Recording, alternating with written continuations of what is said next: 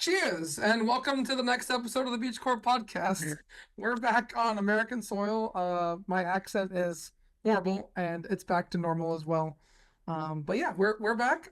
Finally catching up with some sleep. I know Max, you just got back yesterday. We had a great time in London in the European International Championships, where Clough showed its power and donked Natalie twice in finals, where Ryuki Okada took it down with Clough Terapagos or Badu Terapagos, whatever they want to call it these days. And now the Miller fell just short in finals. But yeah, we got that. We'll talk about the results. Max and I'll give you a breakdown of what we played in the tournament. Surprise, we didn't change a card. We told you that on the episode last week. That was probably going to happen, and it did. And we both got championship points, so we'll talk about our run and what happened. And then we have a special guest this week, Xander Pero, top 4 finisher with Gholdengo, the cheesehead. All you cheesehead lovers, make sure you stay tuned for his interview about his thoughts on the meta and the results of the European National Championships and talk everything Gholdengo. And we're also going to have the return of trivia. We didn't have a trivia last week because Maddox wasn't here, but I'll try and stump the boys. I have a feeling that Maddox is going to get this one correct this week. And we have Crispin's Corner back, one of our favorite subjects we like to do after tournaments. And then last but not least, of course, I've been deep diving into the data, so I'll give you my updates after the International Championship of what I think is going on for the World Championship data, because apparently I need some help. So that's going to be all of our topics today. But Parker, what did you do this weekend? Did you have a good week after our episode last week? I did, yeah. This Saturday I went to see, or I took Alexa to see her kid, and she actually ended up staying there. I actually just picked her up today. So she had You a were a great free time. man all weekend? I was, Hey, but except I yo. had to work. Oh, Had to work, man. so that sucked. But yeah, I was for a moment. But All right. yeah, we're all back now. Waking Back up to early to normal. tune into the EUIC, I'm sure. Yeah. Not exactly, but It's like, have you heard of sleep though? So yeah, I mean, like the finals, I saw game one, and then game two, like he took knockout on the Badu with his Badu and the poison, and like Natalie promoted Rotom, and I just turned it off. But I guess she won game two. Game 2 was such a good game. That sucks. Yeah. Turned it Yeah. off. Unfortunately, you can tell how the set went by just looking at the YouTube video, which is already up. Which like the whole series was done in like 28 minutes. Yeah. Is that how long it was? That's crazy. Yeah, and like 25 minutes of that was game 2. So, but yeah, I mean, it's so cool to see. Shout out to Natalie. I mean, I was able to be on the venue on Sunday, and I was in the area where Natalie and Brent Hodgson, like James Cox, and a lot of folks were like practicing the matchups. They had a lot of runs with the matchup, and actually, like in their testing, it was like pretty 50-50 in terms of like how those games were going. But I think only like 1 or 2 of them was a donk, and they played probably like 12 games. So I think by the end they were like 7 or it was like 13 games, or like 7-6 or like 6-6. It was like pretty dead even series. I think a few more donks than anyone was looking for in finals, but Yeah. it really do be like that. Yeah, I mean, when's the last time you've had, hey, our international championship won the finals without attacking? Or, I mean, at least like game 1, like he actually attacked to get the win, Or like game 3, like didn't attack. Kind of wild, honestly. Like I don't know the last time I don't recall a time. Parker, do you recall a time where you've seen the result of a tournament be not attacking? Yes. When Waylord Waylord, yeah. yeah. How long ago was that? It's 2015, I think. 10 years ago? Yeah. That's a long time. Yeah, I'm ready for this deck to rotate, but I think all the Klefkis will come out in full force in Vancouver, and we'll see what happens then. Maddox, you're back on the ground. How you feeling? You rested yet? Yeah, feeling good. I just got back from London last night. Tried to stay awake just stayed awake on the flight, so that I could just like get back to Florida and just hit the pillow. Had to get back to work today, so was very much adjusting that. But honestly, I had a fantastic time in London. Mostly caught up on sleep. I think we'll be tackling a little bit more of my health and well-being stuff for the next month while I'm not traveling to 3 events in a row. But yeah, good to be back. Had a great time in London. I always enjoy being there. It's so great to see so many of y'all and just hang out and enjoy the good food. And honestly, I've come to enjoy the full English breakfast and even some beans on toast on occasion. So controversial take, I know, but I hey, mean, just give it a shot, y'all. I'm not. It's not for me. But the night that you and the gang went to Fogo de Chao again, the second time off on an international trip that you guys have gone to Well, Fogo de so Chao. again, to be fair, I've never been to Fogo de Chao before, To be and all fair, the times y'all yeah, went in Brazil, I was never there. So that's this is fair. my first time to I Fogo de I Chao. have never been to Fogo de Chao outside of my country. But anyways, some of our friends like to go to Fogo de Chao, and I'm like, bro, I'm gonna go get fish and chips at the boat. Like, did you know there's a restaurant like right next to the venue, like on a yacht? Mhm. Yeah, it's a hotel. Well, Sunday night I stayed at the hotel on the other boat next to the center. So, Oh, really? the good hotel, yeah. Oh, that's But cool. it was Yeah. cheap, and basically Monday morning it was just a bunch of Pokemon folks, checking out, everyone repacking their suitcase full of Pokemon Center bags in the lobby and stuff. And it's like I did the same thing. So Yeah, I got my Pokemon Center hat on, my Psyduck hat. Mhm. These are this sick. shirt was available at the venue that I'm wearing now, but I bought it last year, so I'm just wearing it. I'm still wearing it. So Anyways, let's talk about the results. We let off with Ryoko Okada, taking it down with Badoo Terapagos. I don't think anyone's surprised about this result. But he was able to beat Dragapult in the finals. The rest of the top 8 stood as Xander Pero in third with with Gholdengo, Simone Fiotto with Archaldon Dialga. There was a Dialga variant in top 4. And then Vinius Fernandez with Dragapult at 5th. Daniel Magda with Snorlax Stall in 6th. Roan Nielsen and 7th with Snorlax Stall. And James Cox rounding out our top 8 with Dragapult Dusknoir. And just on the outside, Oscar Madsen with Dragapult Charizard in 9th. A deck I've been kind of talking up a little bit, so it's nice to see it get a good finish. What stands out to you about the results? Is there anything surprising? What do you have to say about this? I'm a little bit surprised Cloth won. Like, obviously, it's a great deck, but like, I really thought all the I don't know, all the clef keys and all that stuff would get in the way, but I guess not. He was able to power through it all, and then the deck's just super solid from there. I see it yeah, has the Japan special, the one Monkey Dory, and the one Dark Energy. There's so many decks that have like one Monkey Dory that are in Yeah. top 8. Makes sense. yeah. I mean, I think for me the big takeaway is just the decks that we're not seeing. Right, Gardevoir being this super strong deck that's always been prevalent, and of course Miraidon won the last 2 major events. Always had multiple showings in the top 8. Not even a single Miraidon or Gardevoir in the top 16. I think that's the biggest shock to me personally. I don't know. Definitely, folks were ready for Miraidon. Even the Cloth and the Miraidon matchup is still pretty close, honestly. Yeah, it It's is. kind of like a 2-prize race. Yep. Obviously, some decks like Snorlax Stall that come in give decks like Miraidon a little bit of a harder time. And actually, I think at least one of the Snorlax lists was playing the melodic. melodic from Stops Twilight Taro, stops Masquerade. Benny. Yeah, to stop with the mentally calm ability to stop primarily Professor Turo's scenario from picking up your liability in the Gardevoir matchup. So, Well, I wonder if it beats the Archaldon matchup too. They mentioned injury maybe, but or get fluted out or something. But yeah, I think there's enough. I mean, you would think there's enough ways to just with boss and KO the melodic before it's a problem. Like you have to force it to stay in the field. Plus, just a lot of play like 2 Turos and like a Cyclone plus Palpad naturally. Plus your basic can attack efficiently. Like I think it's kind of tricky. Yeah, I was interested to see that. Another interesting topic is that you have to go further than Regidrago to see a Gardevoir or a Miraidon deck in the results.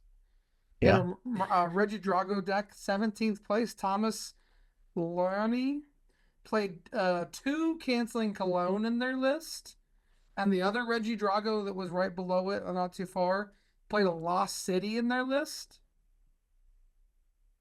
So pretty interesting takes on where Regidrago's going. Obviously, we know it's still a good deck. What are your takes on Regidrago finishing so high? We have 2 in top 32. I mean, you called it last time actually. You were like the rogue deck Reiki Draco V Star could be actually a really good play here, and Yeah. I guess they're proving it. Like And this definitely seems good. If you hit the E switch before the Badu comes out, I mean, like, what's Badu doing? Nothing. Yeah. I mean, I'm going to talk about predictions in a minute, but I mean, let's just hit on it just real quick. Parker, you and I hit it out of the park with our rogue deck predictions. He did. Parker picked Gholdengo as a best rogue play, and I picked Reggie Drago, and both of those decks showed up and did well. But now y'all picked Cloth. If I was on the pod, I would have picked Cloth. Cloth is not I a would rogue not- deck. I would not think have I picked put- Cloth. Cloth. I think I would put call Cloth Cloth a as- rogue deck. No, it's not rogue. What It's meta. finishes did it have? So we kind of defined rogue as like not top 6. Yeah, I think I had it as number 6 or something. Yeah.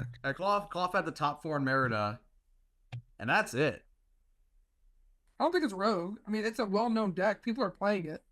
People have been playing it. I'm Like playing it. Gholdengo's a well-known. I don't know, but anyways. Anyways. But to be fair, calling out Gholdengo specifically, I think that's the big surprise deck. Super pumped to talk to Xander later, and let y'all hear about how their group got to Gholdengo, and honestly, a fantastic call on the way they built their list. Really took care of Dragapult, but we'll talk more of Xander about that a little later. Yeah. I mean, so those are our top results here. Anything else stood out to you that you want to call out before we kind of dive deep and see if any interesting decks are in day 2?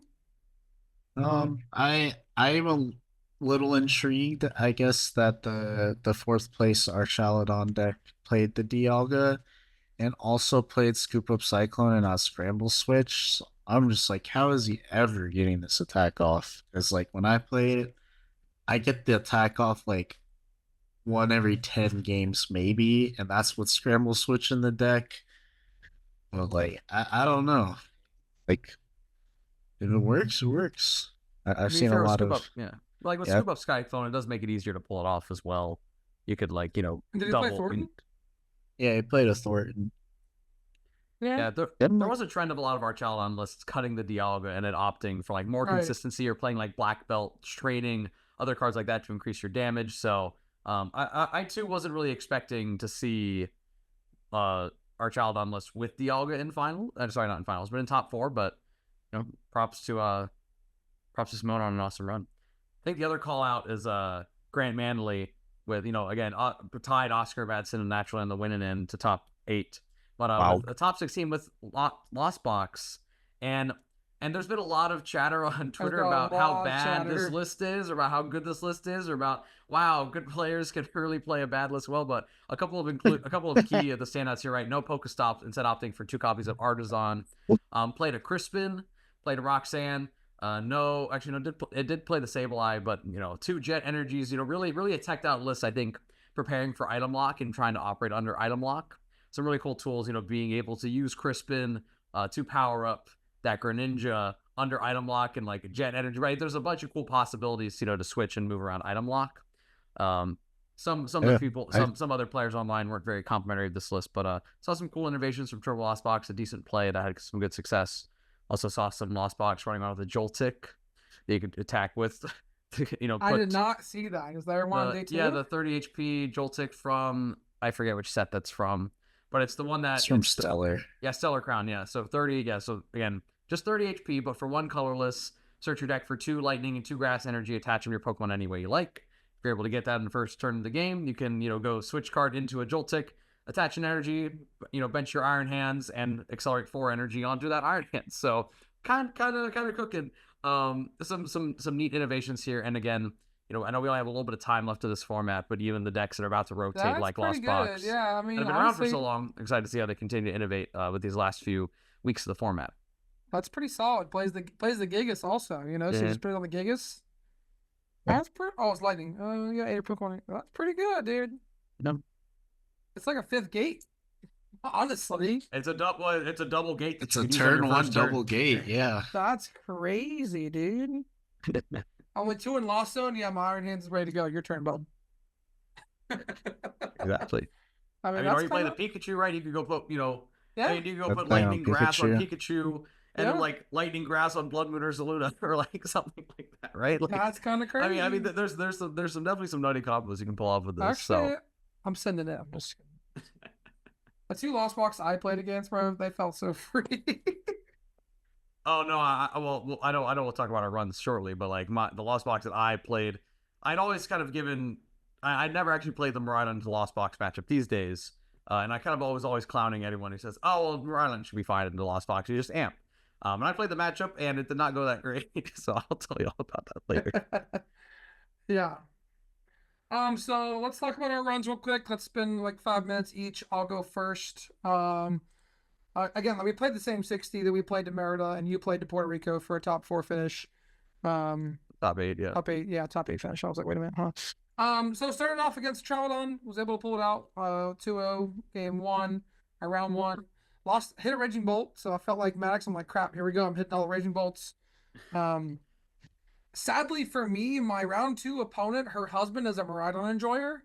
And so she had like 100+ games against Miraidon, and she played it so well. Like her bench was always like 3 or under, and I'm like, bro, how am I supposed to win this? And she's got like 3 charms, and it's on everything, and I'm like, oh my god, bro, like this is so frustrating. Cooked you for sure. So, I lost the flip. I lost the first game. I won the second game, and it came down to where I needed to like have boss. I had the prize lead in game 3 because she missed the turn 1 attack. I needed to boss this turn, and I needed to have like something else for next turn. So I had Ultra Ball for fish to get boss, but I decided to rip the Pokestop because I had like everything in my hand was like the combo that I needed to win next turn. So I knew the last boss in my deck just got Iron to the bottom, so I knew it was safe. But what I didn't think about in the moment was the Lumineon wasn't safe, and I got punished for it, and I hit the Lumineon with the Pokestop. Because I didn't want to shuffle the deck, and I didn't want to Ultra Ball the other way. So, did hit an item card, which would have been great. So if I hit any item and then don't hit fish, I probably win that game. End up losing it. I beat Turbo Lost Box round 3 after some terrible service delays. As far as the Wi-Fi, that was terrible, by the way. I beat a Cerulege round 4. Round 5, beat a Turbo Lost Box. So I'm feeling pretty good. I'm 4-1. My only loss has been like, kind of like a 50-50 decision that I probably still would have done even if I had thought about the Lumineon. Just because, like, the odds, my deck was like 20 cards. The odds of me hitting it are pretty low. So I hit Zach Lesage on Archaludon round 6. I opened going second. I think he won the flip and wanted to go first. I'm like, that's fine. We have a plan, right? Open Magnemite, Fez, pass. So, and then I kind of got out of it a little bit, like turn 2. I didn't realize Jamming Tower was in play, but after I KO'd my Fez, it was like game over anyways, I felt like. So I was just kind of flustered already, making a bad play. And then game 2, I got a slow start. I missed attack. And then I ended up KOing this guy with Raichu. And then if he doesn't have boss that turn, I have a chance to like do okay. But he has boss that turn. And so I'm just going to lose from there. Round 7, hit Cloth Ghost, got donked game 1. Game 2, didn't attack. And then, so that was kind of like from 4-1 to 4-3 pretty quick. Yeah. And it felt really bad just because, I definitely wasn't playing my best on the day. We're looking back at it, but I was playing good enough to do well. And then I immediately got punished for not playing good and losing 2 and hit a Snorlax stall and open Latios game 1. And then game 2 opens Zapdos. So I didn't attack like round 7 or round 8, which was like pretty horrible. Yeah. And then round 9, I beat a Gardevoir to get some pity points. Got top 1024, so 40 points are on the board. And, now I'm at my best finish limit. That's 5. So at least I kind of know where I stand and can keep monitoring it. But I'm hoping to replace it here in Vancouver or Atlanta. So yeah, I finished 5-4. Yeah, 5-4. Yeah. So, anyways, the deck is good. I mean, we had so many people on the list this week. They were like, "Yeah, this deck's cracked." Zach Cohen did too with the list. I think he was like 1 card off, like non-optimal. He just didn't have the Magnemite. The amount of people that I had that were reaching out to me says, "Hey, I like your list. Do you have more of the 50 HP Magnemites?" Yeah. And I was like, "I do not." So. I mean, like we literally got those on the day to Merida. Yeah, on the way to Merida. Yeah. Once we decided that was optimal Magnemite. Mm-hmm. But yeah, so that's my run. Nothing special, but top 1,000, got some championship points. Really disappointed to not not bring home a 64 or better at either IC this season, because I'm probably going to be missing any IC due to my baby coming. So that's a blessing, yes. But it will suck to kind of miss New Orleans. Had a great time last season. But we'll see what we can do in Atlanta, and we'll talk about championship points later. I'll dive into that more. Yeah. Max, what about you? What happened with your run? Yeah, so for me, I was lucky enough to have, third day 2 in a row, in 3 weeks type of thing. So just been playing again the same right on 60 that I played to Merida in Puerto Rico. Things went well there. Definitely thought my luck was turning around at the start. I started 0-2. My first opponent, I played against Luke from the UK. Super nice guy. He said, oh, hey, you just got top 8 at Puerto Rico, right? I was like, oh, yeah. And he was playing Maridon, lost the flip, kind of got behind and was just never able to really catch up from there. Round 2, hit a Raging Bolt. My Raging Bolt luck ran out that I had in Puerto Rico, where I had to play 3 out of 8 rounds in day 1 and beat all 3 of them. Did not do well here. Anyone who doesn't know, the optimal Magnemite second attack is called Speedball. I used that in the matchup, but that was about it. Really didn't have a chance to set up. So I was 0-2, not feeling great, but knowing that I was still playing well and had some potential to come back. So when I saw you say Speedball, like at one point in one of our chats, I was like, are you like, because I knew you were 0-2s. Like, in my head, I'm like, are you in the back playing like a side event or something? I didn't know. No, that was in the match. That was like I opened like I opened like Zapdos and got to Magnemite, and I'm like, okay, well, okay, attached to the Magnemite, I guess, like single magnetic charge if I draw like research or something, and then later I was like, okay, well, I want to keep a single prize in the active. I'm like, well, if I hit the Raging Bolt for 20, then that sets up for Photon Blaster later, so like playing to all my outs, and surprised there were none. But George can. But anyways, but from there again, 0-2 starts rough. I've had them a few times before. This is the first time I made like day 2 from an 0-2 start, so I had to, was fortunate enough to win 6 in a row and then have things go my way kind of along the way. Hit a Guardy round 3, double switch cart, was able to help me win the game there, which was good and felt refreshing. Hit a super cool Maridon player round 4. He played all 4 of his generators in turn 1, but he didn't have great generator luck, and I don't think it was correct for him to do that, but it was so fun anyways. Great guy. I was able to get that game in the mirror. Let's see. I hit round 5, I hit a Charizard. I'm like, all right, surely my run is over now. All right. So, like game 1, I was just able to go like 2-2-2 somehow. And in game 2, I'm like super behind. He pulled off like, damn. Actually, no, he pulled off like the stamp play after I had to take a single prize, but he didn't get the Defiance band, or maybe didn't play it or something. So he just hit my like Iron Hands for like 2-10s. I'm like, okay, maybe I have a chance. So I go like arm press, whatever it was. I ended up down at like.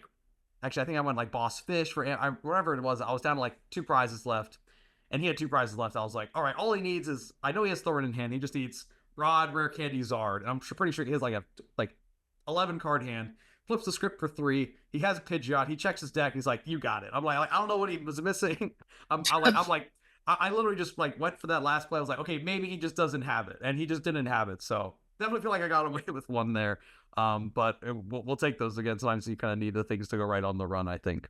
In Archaladon, close set there. He didn't draw very well in game 3, so a little salty at the end. But Maridon's just a deck that will capitalize on any slow start, so was able to do that with like a early amp. Hit another Gardevoir. I prized 3 generators in one of the games, but I still won because I had double turbo and the other generator in my opening hand. So again, I do a lot of these runs. It's like, you need to be playing well, but then sometimes I need a few things to go to my way. It's like hit a Charizard, stole a game where probably didn't really make sense for me to win, and that being the difference right there. And then hit a Cloth Terapagos at round 8 and was able to win that one in a very close set. But was playing very well there. So. And then hit a buddy of mine, Jarek Gumilla. Shout out to him. We've had him on the pod before a long time ago. He's chasing his invite as well, so we settled for the ID to give us both a chance to earn some more points the next day. But yeah, claw back from 0-2 to 6-2-1, so felt good about that. Woke up hungry for Saturday for more, but I think day 2 wasn't destined to go my way. I've had a couple good day 2s the past few weeks, so I was happy with how I say I want for none. It says, hey, I had a great couple weeks. If things don't go my way this week, that's fine too. I hit Benjamin Herbert, great player, just aged up from seniors. Was playing Gardevoir and played the Klefki, played things well. There was even a game where I got like early aggression. I think I amped like once throughout the set. He played it very well.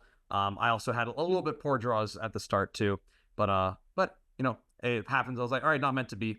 Actually hit Caleb Gettimer, you know, friend playing Miraidon. You know, his prep was all very like determined on, you know, going first in the mirror, but they opted to not play the Pikachu this time. So we did play the Pikachu in mine. He went first every game of the 2 games we played, and I got the turn 2 knockout or turn 1 knockout, and he's just kind of never able to catch up from there. So unfortunate to hit an American and knock him out of, you know, prizing that day, but you know, we got to do what we got to do.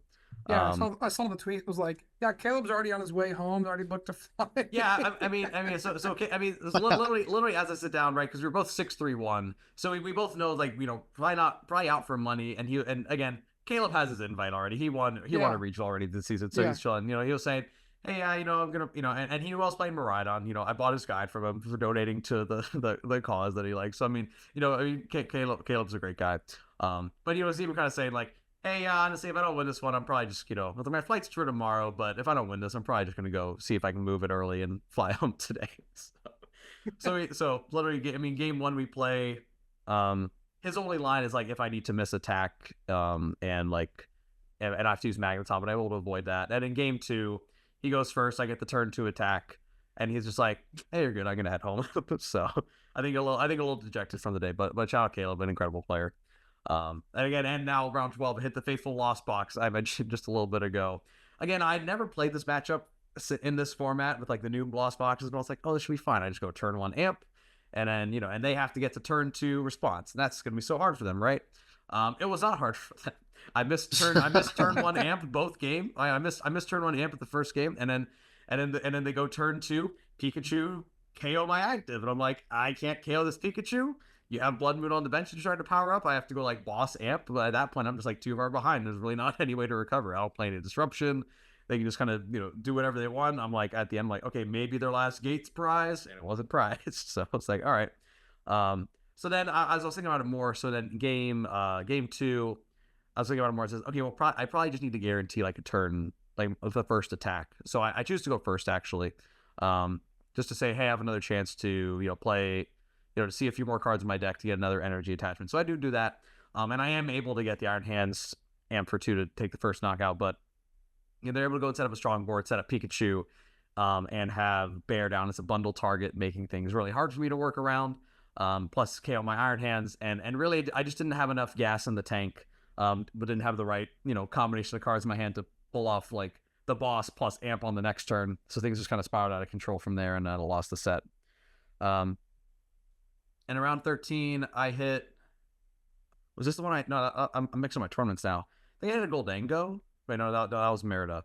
You got a Gholdengo? No, that was Merida. I was thinking. I had another Miraidon. I had another Miraidon. This was another player from the UK. Nice guy. It was game 3 was just like an awkward set. I mean, literally, I'm like, all right, we're going to game 3. You know, it was just kind of a back and forth thing. I have to go first. I'm like, man, I only have hands at Latias. I'm like, man, okay, I'm in trouble here. He opens Mew, benches Magnemite, attaches to Mew, and pass. And then I top deck Secret Box, so I'm like finally able to like, okay, now I can get my supporter, get my stuff, take the knockout on the Mew. He promotes the Magnemite, draws for turn, evolves to Magneton, and passes. He shows me his hand. It's 6 energy. He like his hand was literally just all energy. You should just popped it out. I can't. Yeah. But, like, yeah, exactly. Yeah. So it was So again, you know, cheesy way to win there. Unfortunate that the set had to end like that. But it got me to 841 and up top 256. Another entry for the list, and another 100 points, put me in a good spot for the World Championships. And actually, I think, you know, we're seeing the numbers, but actually, I think ended up in top 16 for Stipend Chase too. So that's heck yeah, bro. So it's been a good quarter for me. Looking forward to still next couple events, Atlanta, maybe Milwaukee, and of course NAIC. So things went well. Yeah, it's always a fun time in London. Yeah, Europe's a good time. Parker, what were you doing as like the day was going on? You were like following along, or were you able to follow along on Friday? We had to work, or A little bit. I was refreshing Poke data in RK9 like religiously, because not you guys weren't like slow posting your results, but I was like, Well, I have to Wi- know. Okay, You have to know right now. I okay, have so to know. if you don't know, Parker, here's what happened, right? So the Wi-Fi in the venue when we come in, there's a password that you have to enter. It was Yeah. Jigglypuff with a capital J. And if you had Yeah. that, it was fine. Like the Wi-Fi like kind of worked okay for like the first round and a half. And then there was a large group of people that were not figuring out where the password was or how to get it. And because it was up by the pairings. Yeah. They removed the password requirement. But when they did that, they added a 10-minute timer to everyone's Wi-Fi sign in. So when you signed in after 10 minutes, no matter if you were using it or not, it timed you out and you had to completely sign back in. And so and the Wi-Fi was just brutal because there was just so much going on. But yeah, meanwhile, like just the Wi-Fi was terrible. Like it wasn't great anyways. It Yeah. definitely feels like you may have outgrown the Excel Center, maybe a little bit, but like Yeah. I don't know where the hell else they're gonna That's go. crazy. Yeah, it's wild to say, but I mean, we had 3,300 Masters, the Just largest Masters. Western tournament of all time. Yeah, I mean, and not even close. It wasn't like the last one was 32, and like no, like the last was like 2,600. So like, yeah, I think well, one, I think it's an incredible sign that they like gave us this much space and this much Right. rain to like grow the event so much. And honestly, it just makes me pumped for New Orleans. Like they had that 4,000 level kicker, which you said, oh, haha, it'll never get there. But it's like, hey, maybe they'll say the cap is 4,200 Masters, and like 4,100 will show up, right? I mean, like that can be kind of cool. But yeah, I mean, Excel Center is definitely quirky, right? You got to go down 2 flights of steps to go to the bathroom. Interesting Wi-Fi situation. I tried the Wi-Fi and just ended up using data, but my data didn't Yeah. even work down there, dude. It was bad. oh, well, not downstairs. Yeah, I had to wait until I got back upstairs and out of the venue. Because also when you went to the bathrooms, you had to like exit the venue, then go down 2 flights of stairs, and then go out and then go back into the other entrance. Yeah, yeah. So yeah, but All always right. a fun time in London. So let's review our predictions, and I was kind of multitasking a little bit here. I got the ID rate for this event. There was 51 games that had a record of 18 points coming in to round 9. 32 tables had a match result. 32 tables had a tie, and the other difference, whatever the number is, 21, 22. 19. No, 22. So 19. 32 to 15-1. Oh, you're right, 19. Yeah. 19 players had a match result.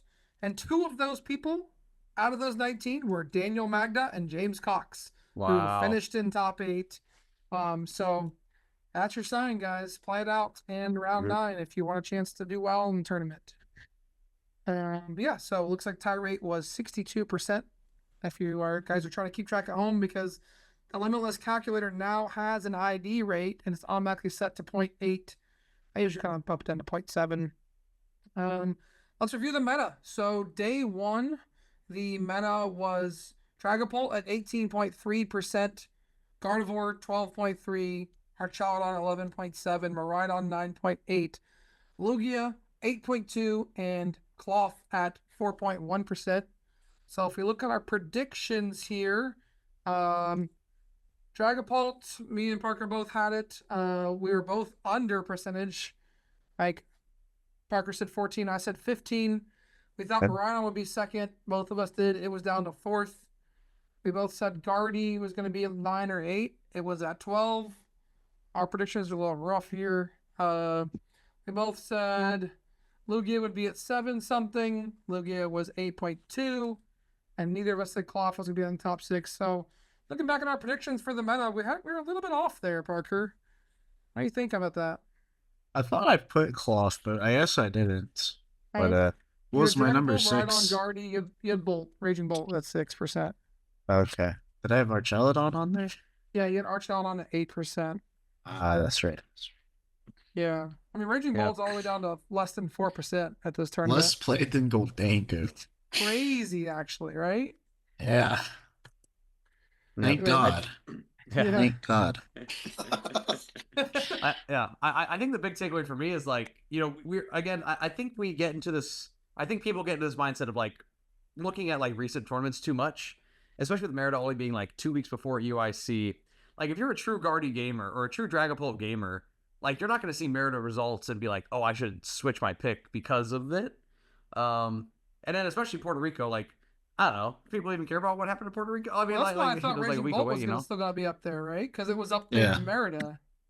Yeah, exactly. Yeah. I think I mean, if anyone had any remaining faith in Charizard, that is gone now. Those 10% it's in Merida. it's under 4% and Under Europe. Cerulege. under Ain't no way Cerulege. more people played Cerulege than Charizard. This is true. Oh, how the mighty have fallen. Oh my goodness.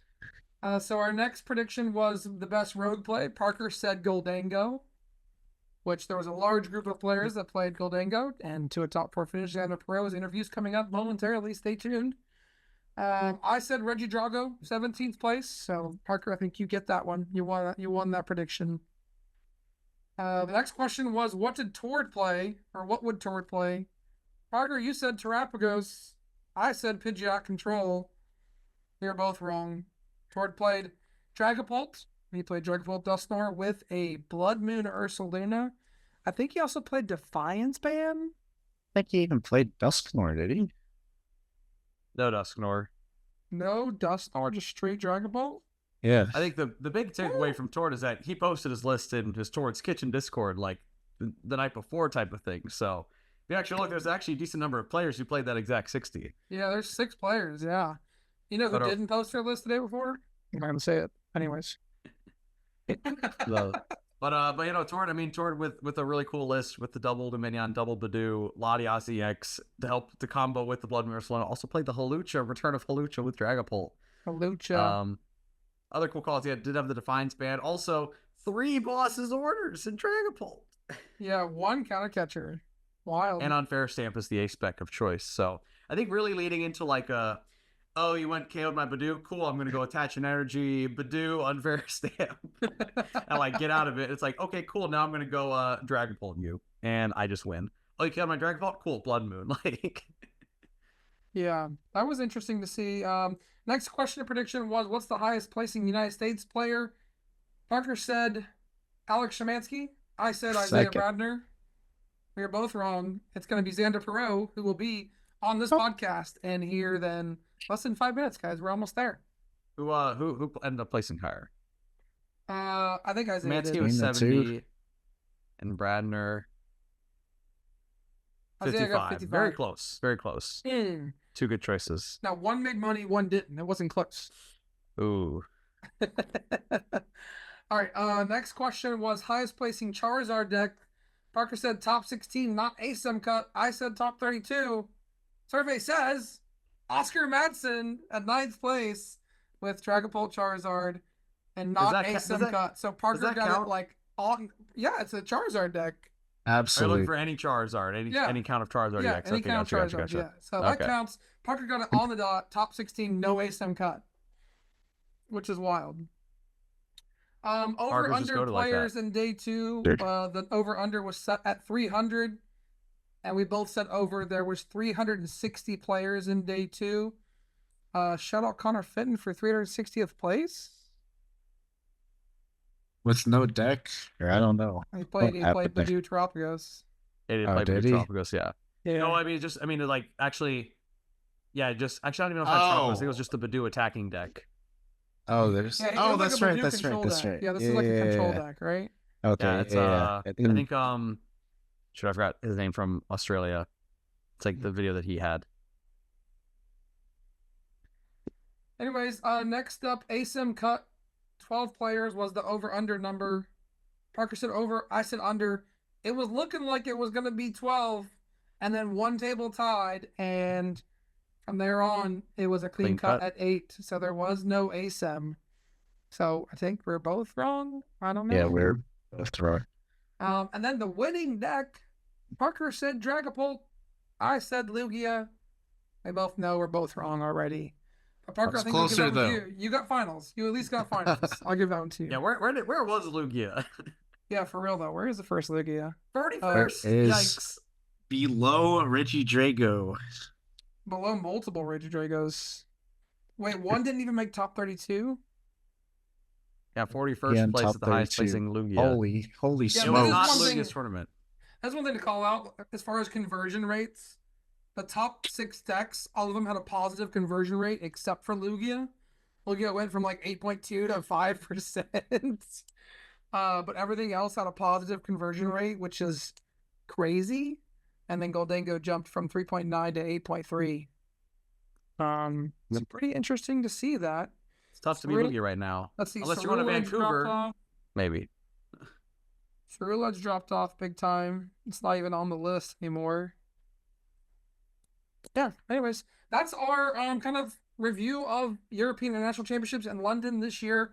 We're excited to get Xander Pero's thoughts. Without further ado, here's our interview with Xander Pero on Gholdengo and his thoughts on the European International Championships.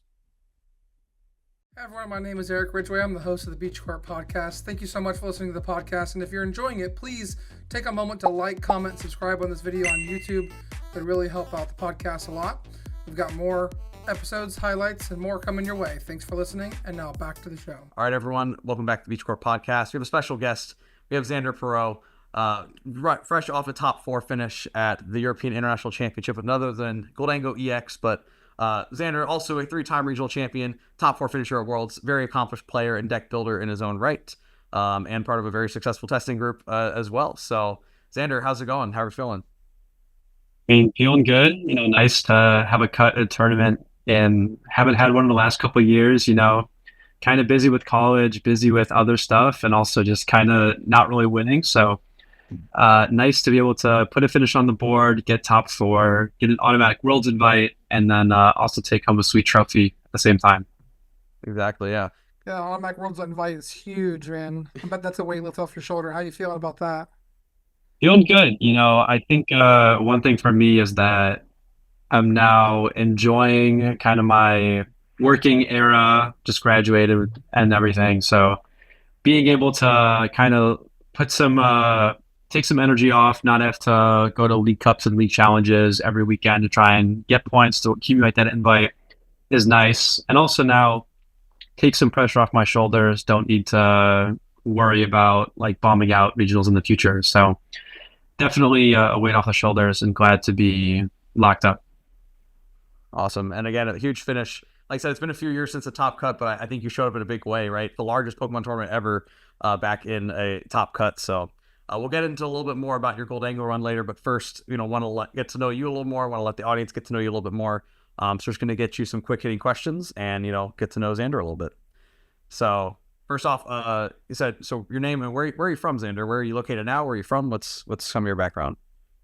So I'm definitely what I'd say a Chicago local. Grew up in that area in the suburbs. That's kind of where I started playing Pokemon. Some of the local tournaments out in Rockford or in the city. And then now I'm actually based out in New York, working out here. So been here for about 6 months, and probably will be here for the next couple of years. Yeah. And had to hop right back to work What right part after of New York are you in? I live in Manhattan, like around Grand Central.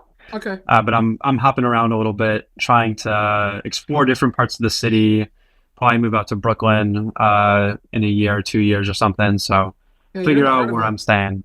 Yeah. You probably had a direct Nice flight, to didn't meet you? I did, a nice direct flight out of Newark though. So Newark. getting back was not fun. Had to hop on New Jersey Transit, my least favorite thing in the world, then take another train and then another train. So it's just a long haul. I flew back in the JFK. That was like where my layover was, and my wife's pregnant at home, and I felt bad, because being away all weekend. So she like loves New York bagels. So I literally just like I had like a 4-hour layover. I left the venue. Like I took an Uber to like local bagel place. Like I bought 3 bagels, and they gave me a baker's dozen. I was like, you guys are wholesome. Like I love New York, man. It's a great town up there. Yeah, that New York spirit. Yeah. Hard to find, but if you found it, that's awesome. So Yeah, I was like, it's almost I got my pregnant wife on, so he's like, cool, take 12. I'm like, all right, sure, man. that's epic. All right, Xander, what's your favorite Pokemon? Favorite Pokemon has got to be Lucario. Growing up, just always was like the cool Pokemon. Diamond and Pearl, I think, was the main game that not my first game, but definitely the game I kind of like remember the most. Love the story, love the Pokemon, everything. So that's definitely the top for me. And then other favorites have to be Teddiursa, which is an homage to a deck I used to play back in 2011. Vileplume, also an homage, but also a very cool Pokemon. And then Garbodor, also a TCG homage. So all my favorites are either All Lucario those or decks all have card one game thing stock. in common. Yeah, They're yeah, very toxic. just a little bit. I'm surprised you don't like playing Toxic Powder right now.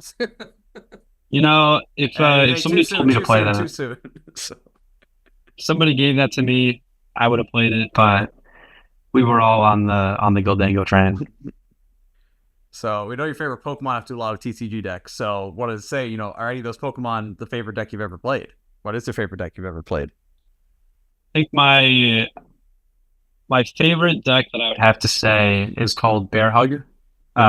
It's a deck that I won the U.S. National Tournament with in 2011, and it revolved around Ursaring Prime, Yanmega Prime, Sunflora, Roserade, and Vileplume. And essentially, you were like a setup, sort of big Stage 1, Stage 2 deck. You would put Vileplume in play, which locked items for both players. Yanmega could attack for free if both players had the same number of cards in hand. So you play a card like Copycat, play Judge, just to set equal cards. And then you'd be able to set up your board with Sunflora, inflict special conditions like Confusion, which was a much bigger pain under item lock before with the Roserade. And then Ursaring would also take some big knockouts, and Teddy Ursa had a coin flip for item lock.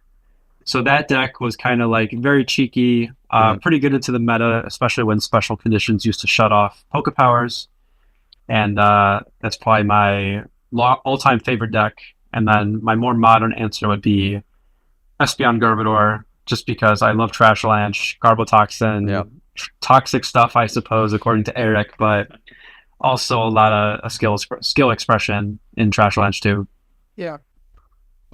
That's awesome. And again, you know, I think a true testament to how long you've been dominant at the game, right? We're talking about your top 4 finish in 2025, and you're like, oh, I also won U.S. Nationals back in 2011. So you know, been playing around for a little while and been achieving at all levels. So props to you. All right, so let's hop into Gholdengo. So right, recently piloted Gholdengo, top 4 finish at UIC. And not only you played Gholdengo, but the rest of your testing group played it, right? Lots of high-profile players, you know, Bradner and Rahul Reddy, right? You know, a lot of your friends, you folks you've been playing with for a while. So a lot of people were very, very surprised to see Gholdengo show up in this huge way, played by so many talented players and to see such success. So help us walk through like the mindset. Like how did you and your group get to this point to play Gholdengo? And how did you feel, you know, spending your list Thursday night saying, yeah, I'm playing Gholdengo? I mean, I would say the origin of the deck, I think it actually started out when Mustafa Toba, another friend of ours who's in the testing group, currently in Michigan, he was the one who might have played it first at like a League Cup or other stuff like that while working with Isaiah on the deck. So we didn't, going into the tournament, I think by the time EUIC came around, it was a deck like on our radar, but wasn't like, oh, we were entirely sure we were going to play it. It just ended up being like the more we thought about the deck as a whole, kind of how it was positioned into the meta, and the fact that 260 HP is unironically like a lot for some decks to deal with. Like Dragapult, with the Monkey Dory, you're able to really mess up their damage. They need to pop Dusknoir. On top of other decks that we thought would be in the room, like Gardevoir, kind of can't really deal with the Gholdengo without like overcommitting damage on their board, in which case Vacuum and Monkey Dory can do things. So over time, as we sort of critiqued the list, didn't think that it was very affected by Badu, at least compared to other kind of decks. And then adding in some of the key cards, like taking out the Palkia, adding in the Evolution, shaping the list towards a much better, like well-rounded Gholdengo deck, especially for the meta. That's when we sort of knew like, oh, this is something that could do really well. And then also coming out of Merida, we knew that the meta would be like Gardevoir, Dragapult, Miraidon, some Lugia, and then surely I'm forgetting something, but basically everything in that cluster was really good. And then all the fringe decks like Snorlax, Lost Box, Cloth were some of the ones that we didn't want to face, but we thought over the course of a tournament, we would definitely hit more good matchups than bad. And that ended up being the case for a lot of us, which is why we had a bunch of people out in day 2. That makes sense. Yeah, I mean, talk about the list a little bit. I mean, you know, you really changed the Palkia out, and and your only attacker really is just the Gholdengo, right? And like, I think that's been the strong point of the deck, is just drawing the cards and attacking with that guy. Every time I've played it, the problem is finding in the EXs. So the Arvin really makes sense with the evolution. Did you guys test any other tools, throughout your process? And what kind of decisions did you guys make on what tools you tried to test? Yeah, I mean, the original list had a couple other ones. We talked about Bravery Charm for a little bit, so that you can sort of survive like a Radiant Greninja attack, or maybe you survive like an Alakazam plus 6 from Dragapult. So we experimented a lot with other tools, especially considering Arvin was just like our main draw supporter there, with the Cypher as well. But being able to draw 2 is good, especially when you want to discard with Superior, discard with Ultra Ball, stuff like that. But really, just Evolution was the most powerful one of them all. Yeah. Other stuff from the list, like cutting out the Palkia, that came about from the fact that really is hard to attack with Palkia on turn 2, or like more importantly, you use Palkia to load up the Greninja. And unless you're drawing Switch or like having Turo in your opening hand, you're really not going to get to use that Shuriken on turn 2. And then after that point, it's really not all that necessary because all the decks require an EX Pokemon in play. Like Dragapult needs that down, Gardevoir needs that down, random Charizard, random whatever is going to have a 2-prizer in play that you can just knock out with the Gholdengo. And so not having the Palkia in our deck, we were able to make it a bit more streamlined. Palkia also can just lose you the game outright. Like if you open another 2-prizer, they take 2 prizes before you, you're really stuck. And by adding more into our deck, like the Professor Turo scenario, then you're able to sort of buy that turn back that you would have otherwise accelerated from getting that Greninja attack. Like if you're thinking, oh, I could take 2 with Greninja, and then that's why I'm ahead in the 2-prize race, you can instead just take 1 with the Gholdengo and then Turo it up against like Gardevoir, Dragapult, whatever, when you would have otherwise needed that like turn. So you can either buy the extra turn by getting super lucky with the Greninja Palkia turn 2, or by having a Turo at any point in the game, as long as it's just like a little bit timely. So much lower variance in being able to do that. Turo also is nice for random things, being able to pick up Pheasantipity, yada, yada, yada. And so overall, like, even though we were a Gholdengo deck, you're still very much able to take the knockouts when you want, Energy Search Pro to just grab all your energy, knock out that first big guy, and then clean up the game with Superior and Cypher at the end. Yeah, I think especially in a format where lots of people were worried about Badoo, Gholdengo kind of showed up and said, hey, you can kind of, manage for the most part, besides a couple of, fringe bad matchups. I think also the Monkey Dory, if we want to talk about that a little more, I mean, and really I think it's just the specific use cases for it. It's kind of been a joke where you'd see a lot of decks throwing the random Monkey Dory kind of in Japan or in Champions Leagues. But here, we not only saw it in the Gholdengo, but it actually stayed. And from my understanding, carried its weight a lot throughout the tournament. Yeah, so that's definitely a very important part of the deck. Not just for like the Dragapult matchup, but it's also really good against Gardevoir too. So the number one thing that the Monkey Dory does is it kind of forces your Dragapult opponent to kind of be on their toes a little bit. So if they want to knock out 2 Gholdengo, when you have that Monkey Dory, they need to like use a Dusclops or a Dusknoir, because otherwise they can't just do their 260 counter catcher, 260 take 4, and with Iona, whatever else. So it really just kind of forces them to have a little bit more pressure, on top of saves you an energy in the long run. So if you have a Monkey Dory down, you now have 30 damage you can push back to the Dragapult, and then you only need 6 to knock it out as opposed to 7, which in the grand scheme of things doesn't seem like a lot, but that's probably a Superior and a Vessel as opposed to 2 Superior sometimes. And so that really just comes up here and there. On top of that, it's also really good against Gardevoir. You're able to push back, knock out Screamtail sometimes, knock out Driftwound sometimes, especially because they're going to try to pick off your little guys. The Monkey Dory gives you more ability to just kind of play with the damage and push it back. So overall, already playing the Dark Energy, we play 2 copies just so we don't prize it, and you want more energy in the deck anyway, 3 metals enough, and carried the tournament, just like really good against Dragapult, good against Gardevoir, also really good against other random things too. Like there were 1 or 2 times throughout the day that I could have done like a cheeky Monkey Dory play, Tried to do it in top 4, wouldn't have worked anyway because of like switch cart, but tried to do it against the Lugia. Tried to do it lots of times against Gardevoir Dragapult on the weekend. And then at the very least, it is like something that can attack Mimikyu too. So it's got a lot of uses randomly, and definitely deserves to be in the deck. Awesome. Did you use Mind Bend at all? No, I mean, as much as I talk about, oh, Monkey Dory this, Monkey Dory that, I hit all good matchups until top 4. So I never had to like stress about it. I was just using Gholdengo all the way. Yeah. Fair enough. So speaking of that, right? You're turning through good matchups. You end day 1 with a record of 8-0-1, right? Was it at that moment or was it earlier in the day? Like, when did you realize that, like, hey, something's different about this deck and there's something special about this run that I'm going on right now? Like, when did it click in your head? I think actually, I was I think I started out 2-0 or 3-0, and then I played Hedrick and we tied. Because I didn't play a single game against Dragapult before the tournament. I picked up the deck mid Thursday, and then so you got the deck Thursday.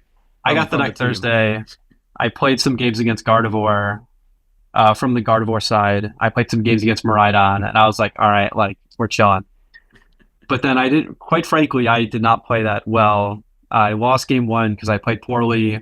Got a little lucky in game 2, but was generically fine and got a tie.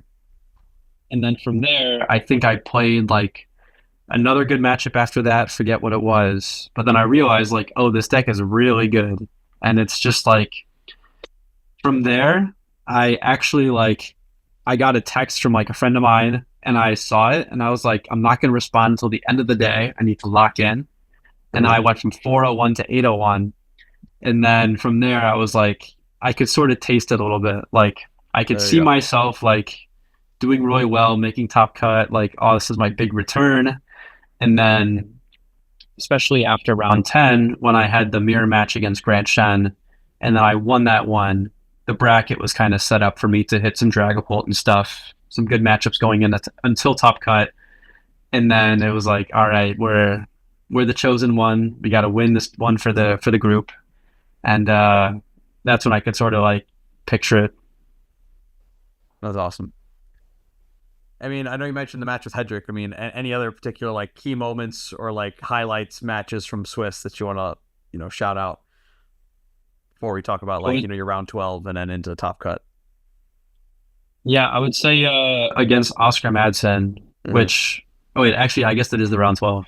So let me pick a different one. Yeah, I mean, according to Arcanine, you hit some others on round 5, 6, and 7. So, like, what'd you hit after Hedrick?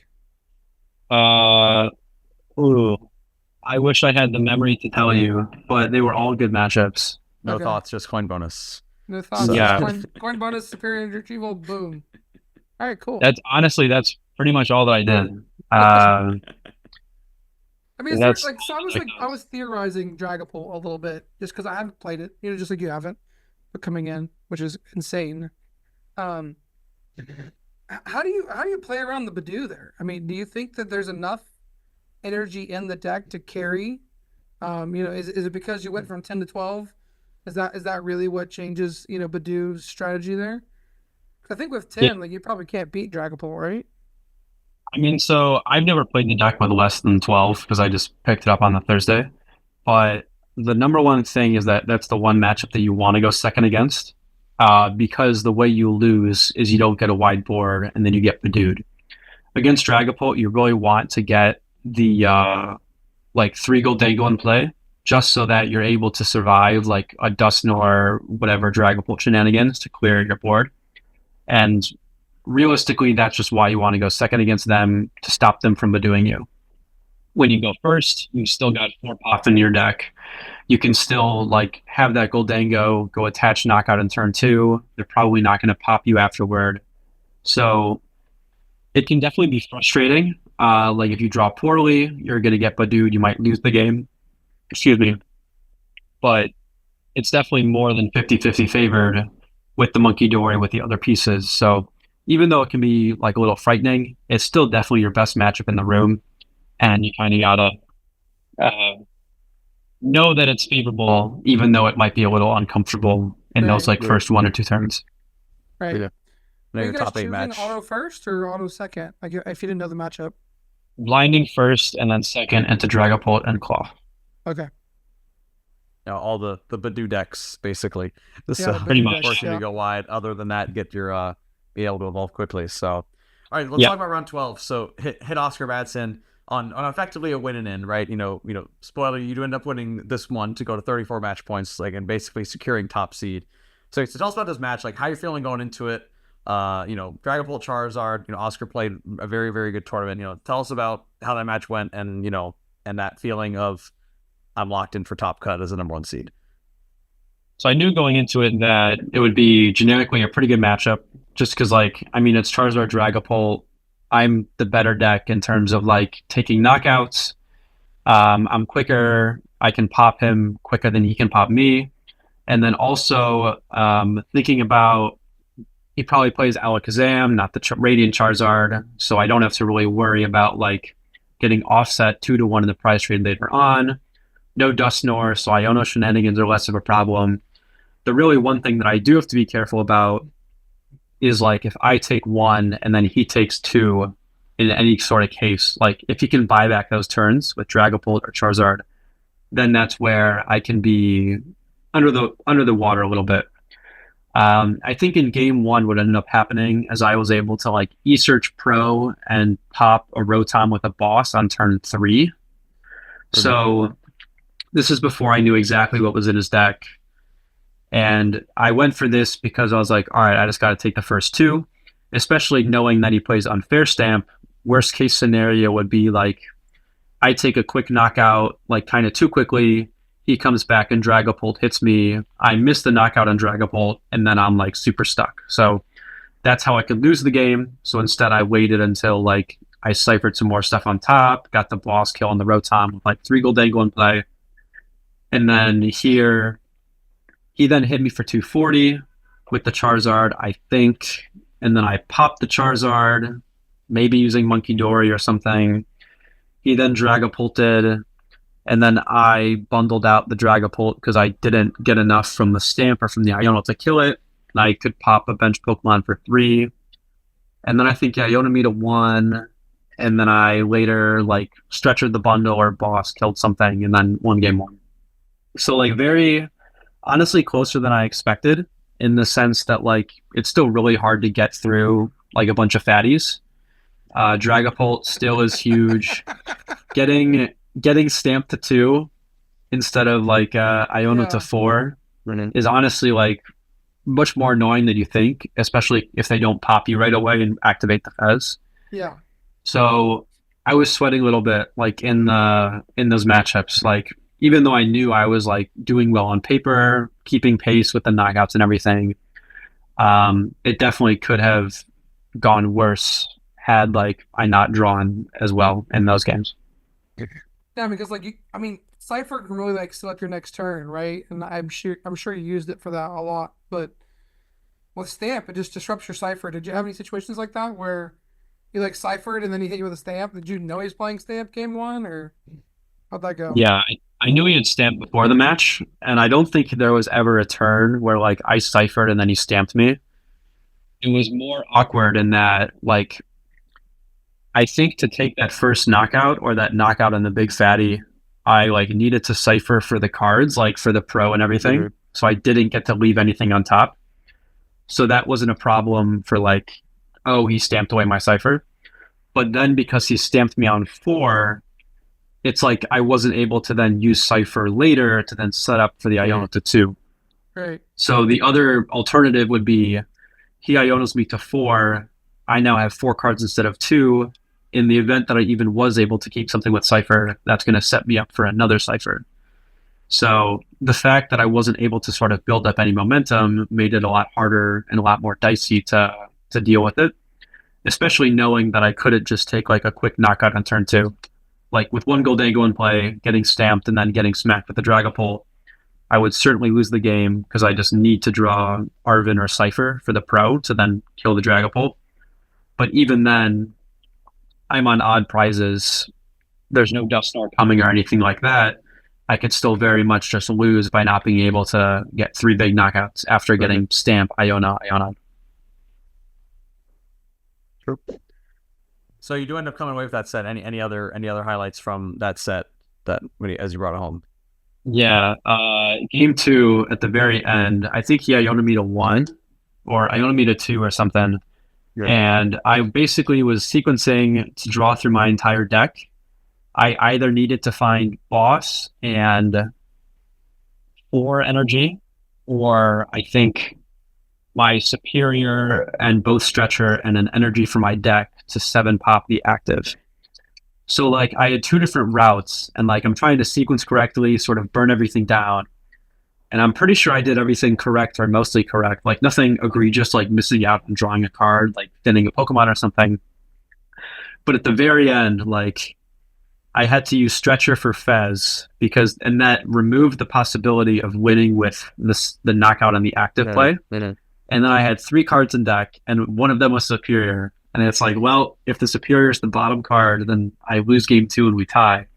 But then Superior was in the top 2. So came down to a 66% chance to like tie or win that round.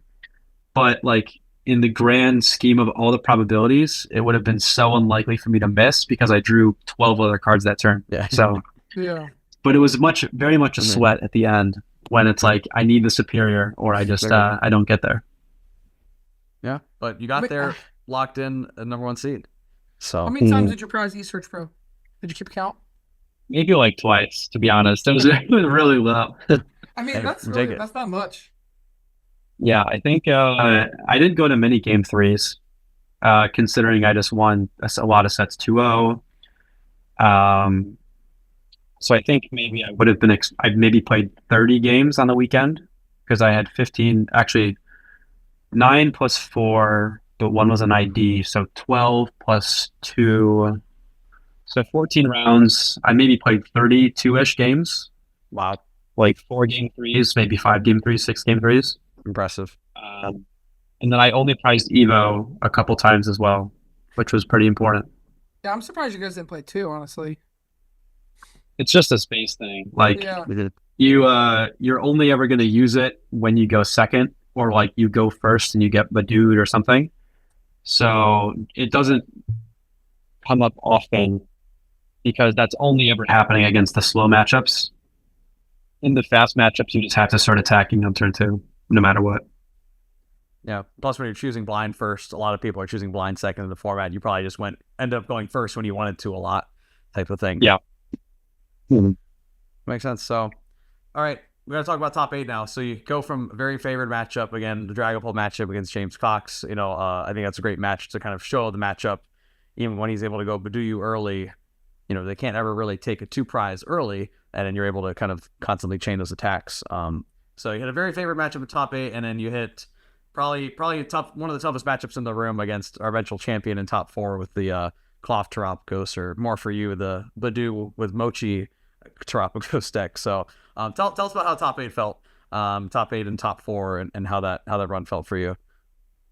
So I was super nervous going into top 8 before standings got announced because I knew that I was going to tie Ryuki because I thought that I didn't want to then like play him and then either lose and get matched up against like a random X11, or play him and win, but then I'd send him to the X2 bracket and then I would probably face him from asymmetrical because I would be number 1 for seed undisputed.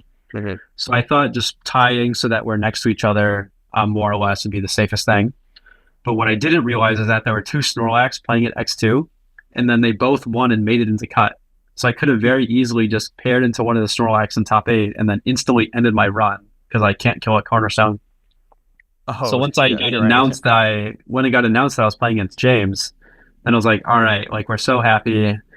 And then Ryuki was paired into Vinny playing Dragapult. So then I thought that Ryuki would win. Vinny would win. Yeah. And then I would play another Dragapult. Mm-hmm. And then Ryuki won. So then I was like, all right. But I didn't know that till after my top 8 was done. But I was certainly happy to get paired into Dragapult. I had played against like 4 throughout the tournament at that point, so I kind of knew what I was doing, at least for the most part.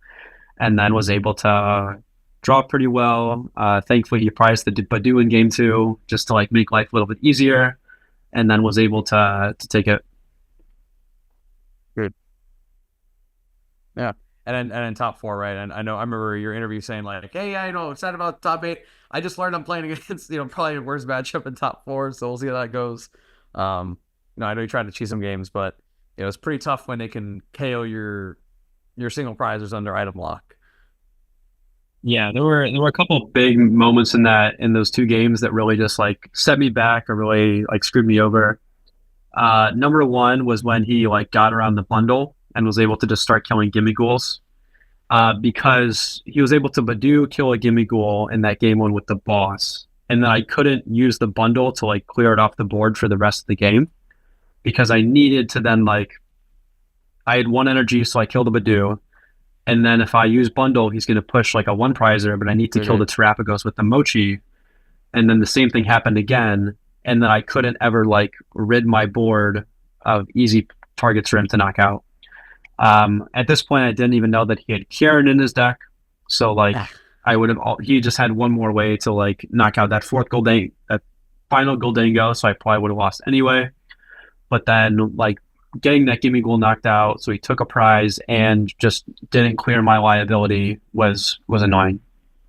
And then in game 2, I opened the Pheasantipity, which is the worst of all because like he can kill it with cloth, he can kill it Terapagos, whatever. That guy's so useless, and then it was like that also is just like not the best. There certainly were a couple things I could have done differently in that game, just like maybe small things here and there that could have given me a better odds of winning, but the matchup's unfavorable.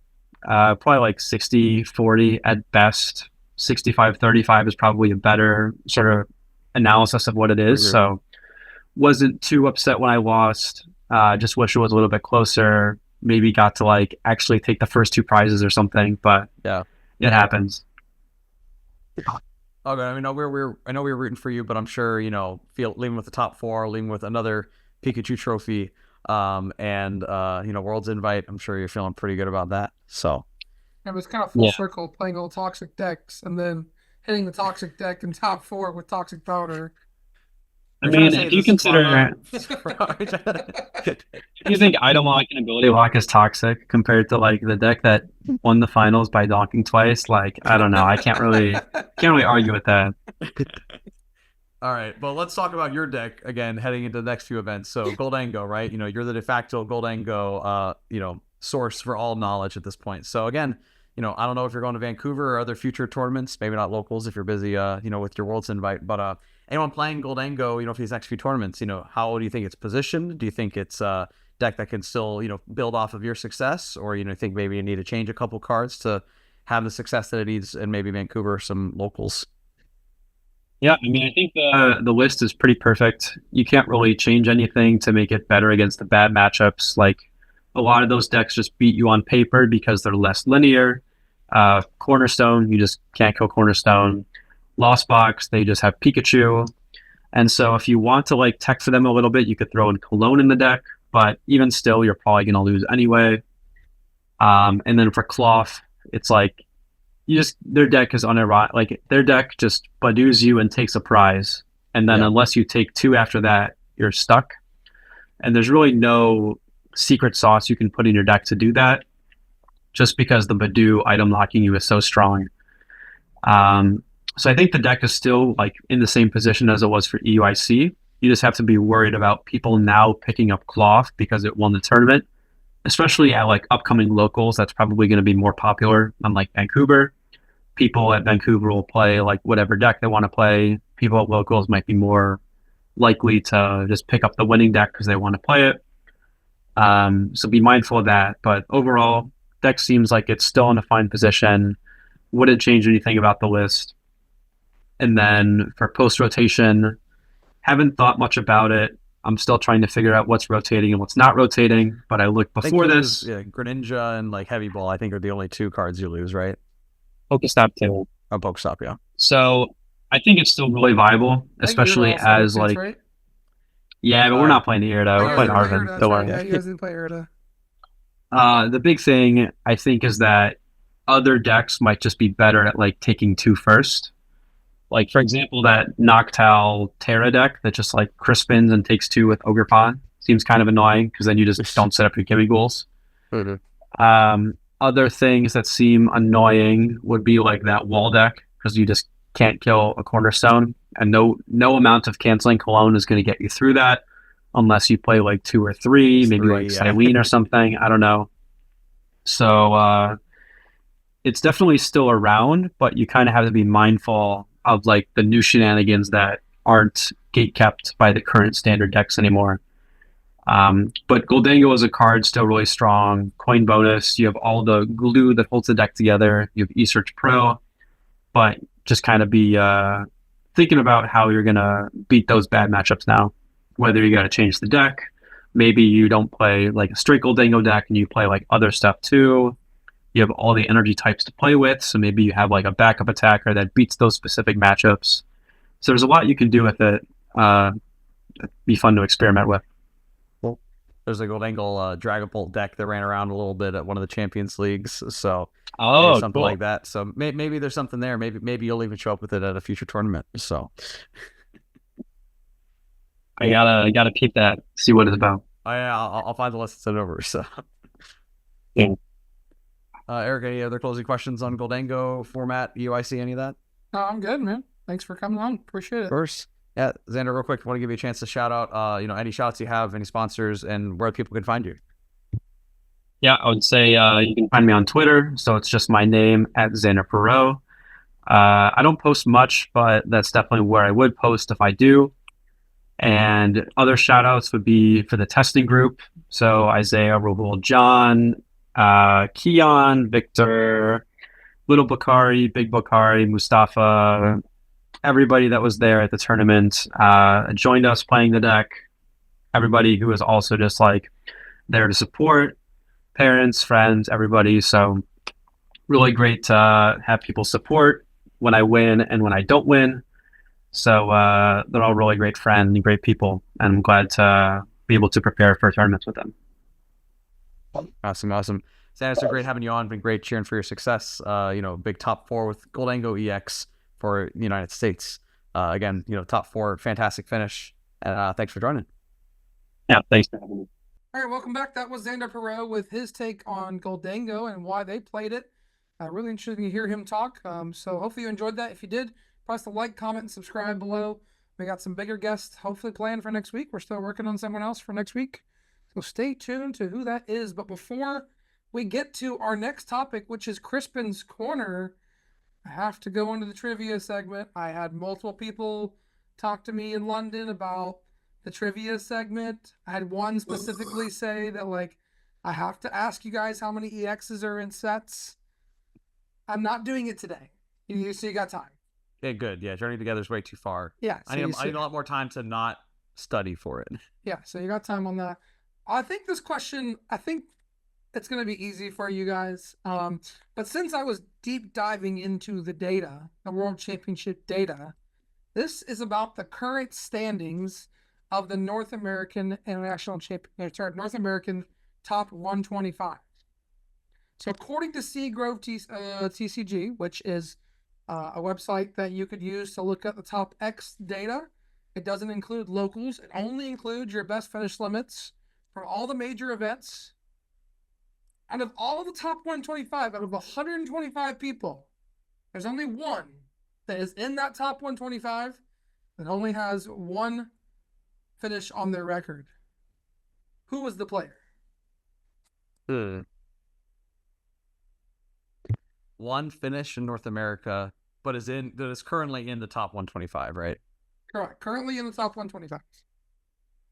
Who's is it Azul? No, he's been. No, he had to finish at Sacramento plus UIC. So. Like this very second. Oh, yeah, this geez. very second. Yeah. I mean, I'm trying to think like who else would have had like one strong finish, like a top 8 probably, and then like nothing since. What's your face, man? You okay? What's going on? I'm trying to think. That's your thinking face. I'm just like, is that even like possible? Because like, Well, I mean, if you no, I mean, like if you get hold on. if you like win, well, I guess. am mean, I if you- allowed to look at the leaderboard? No. Well, it's just majors, right? So I guess if you had like 300 points, if you had like one top 4, Okay. and you're maybe in top 125 for like without majors. Yeah, it's just majors, and I'll go a step Yeah, how many further. points do Here, they hold have? on.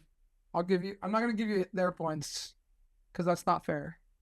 But for the 125th place, there's 320 points is 125th place. Okay, so they got just second place at a majors. major, probably. And they get second or place. first. Does this include auto invites? This does include audio invites. So it has to be a second place person. Oh wait, well, wait. I know. I guess if this includes a finish, I wonder if CJ has any other finishes. Christian Solis, who won Puerto Rico, Okay. I guess it is. because I know he's been. I mean, I know what to EUIC. I know he's been traveling a little bit. I just don't know events before that. Because he did miss points at UIC because he hit at 02 he hit Steven, who was the other Maridon in top 4 at Puerto Rico at 02. So because I caught up with them and heard that story. So That's kind of crazy. I don't think I knew that. yeah.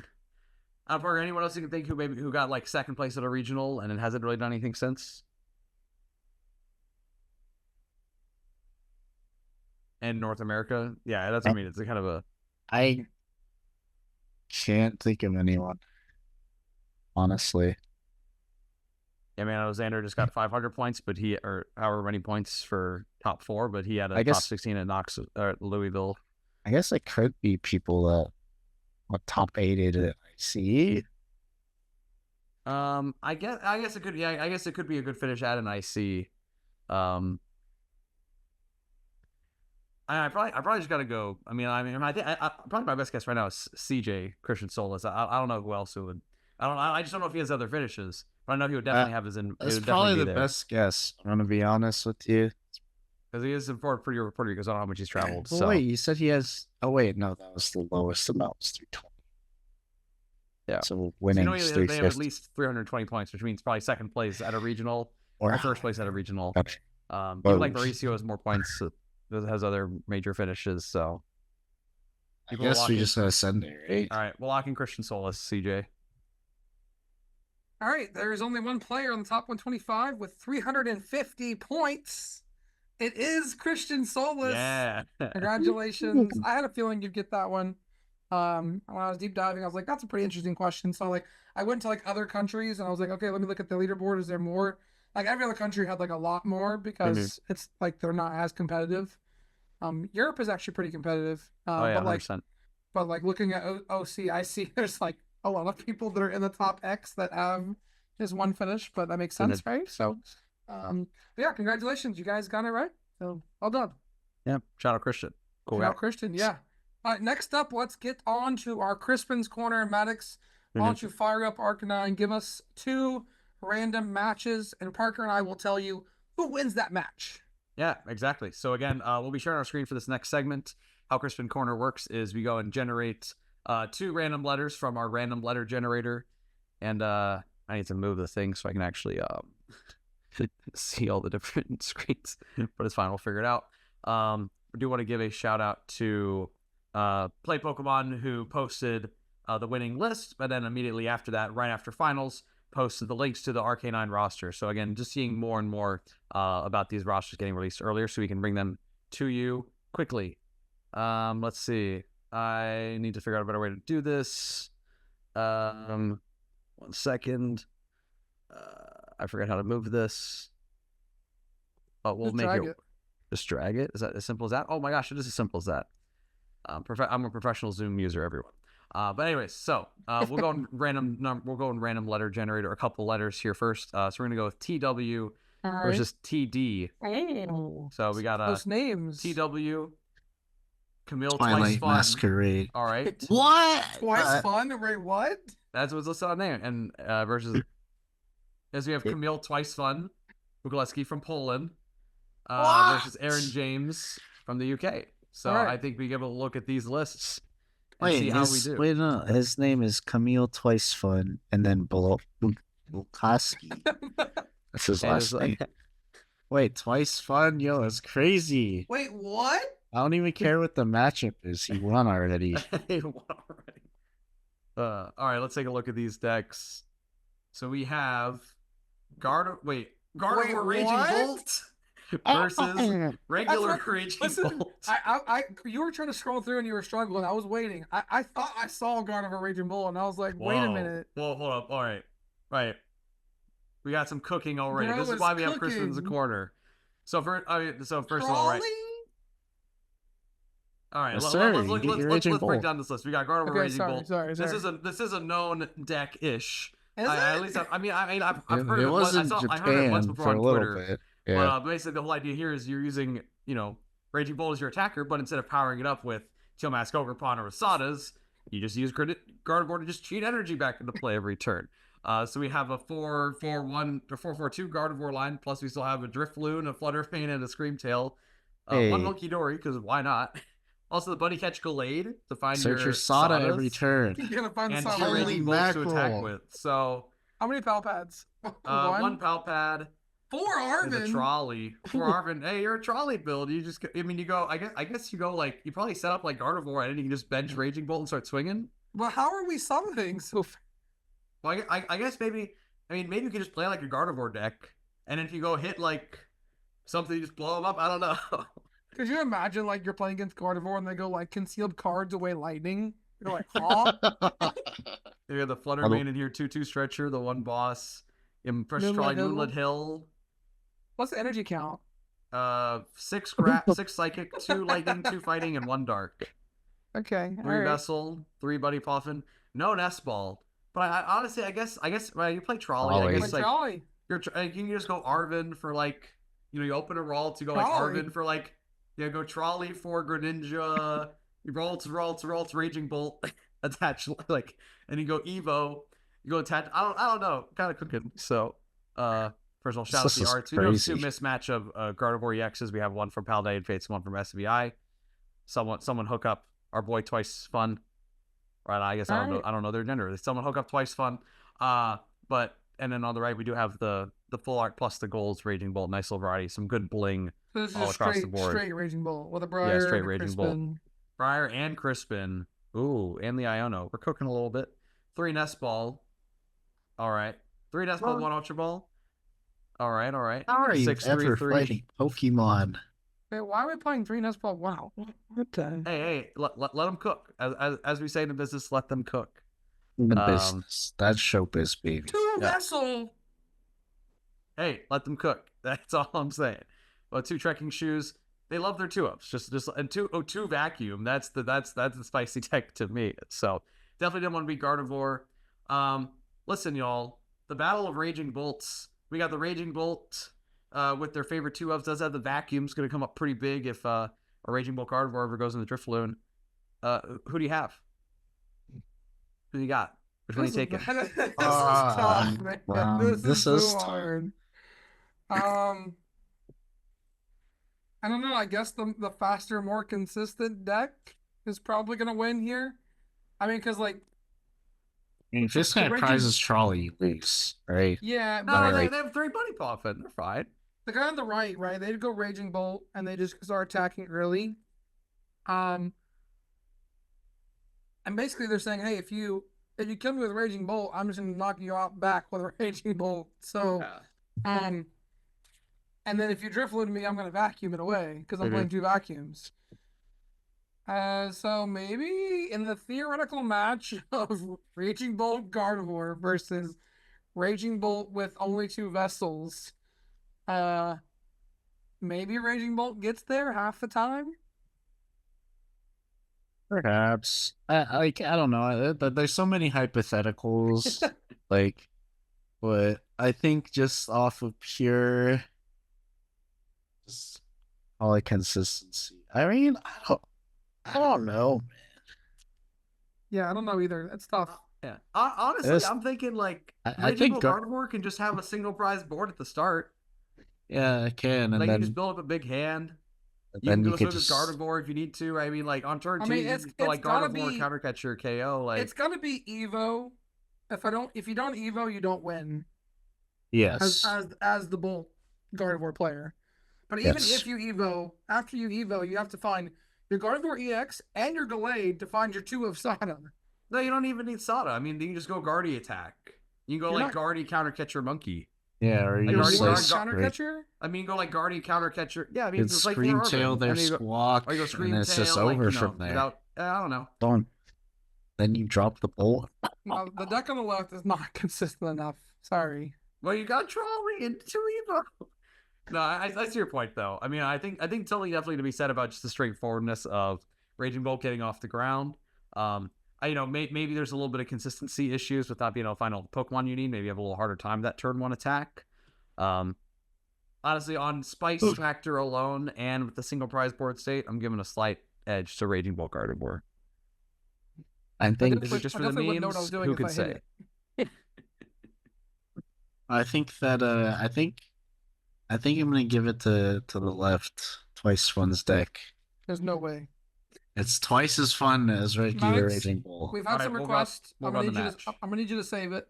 We're gonna run this match. Save it. All right, we'll save them down. We'll run this back. We'll tell you guys next week how this matchup actually went. All right, next up we got EL versus WO. Let's see who we got. EL and WO. We get a lot of we sort by first name out. Yeah, well, normally, yeah, so I'm do gonna that. sort Yeah, do reverse. that. Yeah, do that. Yeah. See, we got Woody. Winnie so Woody. Wong. Well, we have Woody, but it's a senior, so I kind of want to see this 3,282nd list from by Winnie Wong, Yeah, me Winnie too. Wong. and then Xavier Myneal. Yeah, sure. All right. So from Xavier Myneal, we have a Oh God, why is it full French list. Put it we in English, have- please. It's we have loose. we have Lugia with there's got to be promo Archeops, right? And this is Max, scroll up. You can put it in English. promo Lugia. What do I can put it in English? Oh, there you go. Translate. There you go. So, versus Oh, God. Snorlax. Oh, When unlucky. he showed up with Snorlax. Wait, where'd my list go? We got 3 temples. We got 3 temples, 2 fans. Oh, the old classic matchup: Snorlax versus Lugia. We got 3 temples, 2 fans. How many stadiums we got on the left? One message goes to one jamming. 2. There's a lot of stadiums. The 2 missed here. That's a lot of stadiums. We got Cape though. We got Cape. Mimikyu plus Cape. Does that do anything? No, you have The Machino. rat. Yeah, you got Rat. Oh, you got one rat, and they have jamming tower too. Well, I mean, Machino just blows Um, everything up, anyways. I know this matchup's actually closer now. I mean, when you're playing the 3 temple and like 2 fan, like maybe you can and Giacomo, like I don't. I mean, this matchup probably comes down to the players more than anything. It's like how prepped are they in the matchup, and can they make it happen? Let me see the Yeah. energies on the left. Everything standard for Jet. Okay. Here we have it doesn't do the math there. We have 16 energy. I think I probably got to give it to Lugia. Yeah, I mean, I don't think we can go away from Lugia on this one, sadly. Yeah, also the Flutter Mane too is just like another. Actually, I mean, it's probably more of a problem than anything, but yeah, I mean, again, kind of a matchup that we know of ish, but again, the 3 temple and the Giacomo, I think, makes things close. Yeah, it makes I it think close. it's I think it comes down to the matchup prep, honestly, right? yeah. Winnie Wong did end up 3,282nd place, so maybe they weren't super prepared in some of these matchups. Versus Xavier Myneal, who showed 1591. So we do know it wasn't Lugia's day, but if you hit a Snorlax, you're probably pretty happy as Lugia. Yeah, definitely. Also, we do have The 3 full art. different Lugia Yeah. arts as well. I like the full art. That's a Promo, crime. full art, The and the regular. promo one is sick. Yeah, I like that one too. You cannot see it here, but trust us, it's the promo, and there's the 4 Trust me, bro. Trust. All right, so that's gonna do it for this segment. That's fun. We'll have some more next week. We just don't have a lot of time with the Xander interview. We don't want to keep you forever this week. And But we do it's want to Raging get Bolt, Gardevoir. That is the Crispin Corner deck. that is and the I'll be Crispin cooking Corner Euic deck with for later. sure. Bring it tomorrow, bud. Sleeve it up. All right.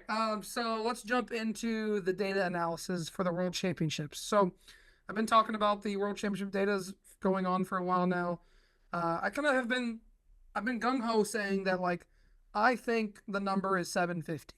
Like I think that is where you want to be. That's like the number that I believe is going to be 125 ish, somewhere around there.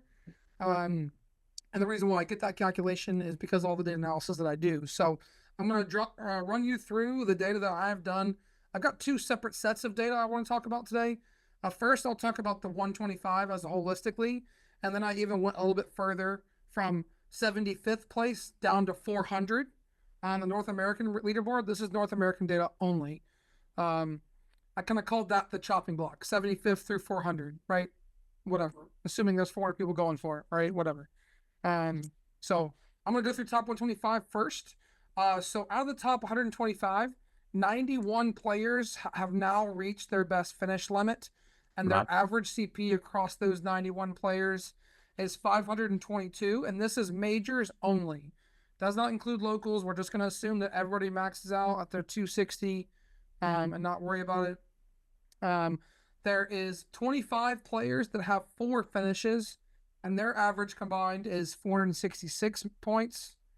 And then there is 8 players that have 3 finishes at average of 431. There's nobody that has 2 in the top 125. And we already talked about in our trivia segment, there's one person that has 350, and that's Christian Solis. Yeah, but of course, an auto invite's not even counting against the 125. Yeah, so this does include the I think I excluded the auto invites. No, I did, because it's Christians in there. So this does include the auto invites. I think without it, it's like there's only 8. I think is what I saw. 8 auto invites. I can validate that real quick. Hold on. Seagrove. Yeah, I mean, okay. it's any North American player who's won a major event, and of course you've had Henry Chow who's won 2. So Yeah, so I'm 115th with auto invites, and then I move up to 107. So yeah, like there's 8 people that have an auto invite. So those That's 8 counting. people. Just North counting this America. weekend. Yeah, it's counting this weekend. Okay. Those 8 'cause people I was- are included in that. Yeah, Seagrove's already updated. So shout out to Seagrove. And yeah, so again, the number still seems to be around 500 for your majors. The question is, will all top 125 players max out their CP at locals? I think the answer to that's yes. So I think we're going to see a competitive, like the 115 or 100 through, 130. It's going to be right around that 750 number. I really do believe that number is going to hold. We still have, I got rid of my paper that had it, but we still have one more IC. We have Vancouver, we have Atlanta, we have Milwaukee, we have Portland. You have players that are going for their invite going to Mexico. I'm missing maybe one more. Is that 5, 6 I don't tournaments? think so. that's all the ones in North America that I know Okay. of. And there's And one the Latin average- America, but And then I'll get through the chopping block players, but the average expected value of a finish for a chopping block player is 70 points. That's like the average that they'll get if they get a finish, based on the data analysis that I did. So interesting to see. We got 91 players already at 5. Now obviously this is an average, so you got some players that are higher, some players that are lower. So maybe the number can come down to like 480, 450 to 480, which would then, put it somewhere around 450 plus 250 is 700. So maybe it could be as low as 700. But yeah, that's kind of what my thought. Wrapping up here, I want to give you my chopping block data. So this is 324 players were kind of surveyed, or I looked at their data from 76th place to 400th. The average count of their finish is 3.4, and the number of players that are at their best finish limit of 5 is only 60. So that leaves 264 players that have like more open spots, in that chopping block section. And again, I already said the expected value is 70. So you can maybe expect across 6 finishes, across 6 more majors, maybe half of them get at least one more finish of 70 points, or at least add 70 points to their total. So it's going to get really competitive down the wire here. I still think the number is 700 or above. Like if you want to make it to Worlds. So if you're already above that number, if you're above 800, I think you're like completely safe at this point, based off of all my data calculations. So Max, congratulations! You had a couple of great tournaments here. You should be safe. Oh, but it holds. So. So yeah, I mean, I'm really concerned. Like I mentioned earlier about not doing well at the last two ICs and kind of hurting me. I'm gonna miss Milwaukee. I'm gonna miss Portland. I'm probably gonna miss any IC. So, I'm gonna try my hardest for the next two tournaments and prepare really hard, and hopefully we get a 32 or better to kind of lock up our invite and get to a comfortable point total. But curious your thoughts on the data before we close out. I think the one. I was just saying, you go ahead. I just think the one numbers thing, right, that you mentioned is, as you get up in that top 125, which makes sense, is that the players that only have a few finishes that have found themselves there have an extremely high average finish. So the average of player who has only 3 finishes in the top 125 has like 430 points, which means they're averaging over 130 a finish. So like, which is just like insane performance. So if you're one of those players, right, like keep up what you're doing, fill in those sub finishes and just like secure that spot. And I think, like Eric said, that bubble of saying, hey, there's still like 4 or 5 more major events to wrap up this year, and the best finish limit is 5, so you can go and pull up with those big finishes to wrap up the season. Like you can still make a run here late in the season. I thought it was interesting you included everyone all the way down to like 400, and then you had it like dropped down, but there were 5 people, or not 5 people. There's 60 people with 5 finishes. There's 60 people in that section of players that have with 5 finishes already. It's kind of crazy-ish, I guess. Yeah. I mean, think of players that get 40 to 60 points per tournament. I think the average that you want to be is about 100 points per tournament to like. That's not really safe. Is where I think it's going to end up. Yeah. But yeah, I mean, that's kind of like where I am. I'd like to see kind of what everyone thinks about the data analysis that I did. So drop a comment below what you think the final point total will be. While you're there, press the subscribe button. We got a lot of cool things coming this year. We already had some awesome stuff happen in Merida. Gonna keep working, keep grinding. Thank you guys for your support. Max and I felt the love. I don't know about you, Max, but I had a lot of people say, hey, like, great job. Keep what you're doing. So, but that's going to do it for this week's episode of the Beach Court Podcast. Thank you so much for tuning in. We'll be back next week with our preview of the Vancouver Regional Championships and hopefully have a special guest for you. So stay tuned. Till next time. See ya.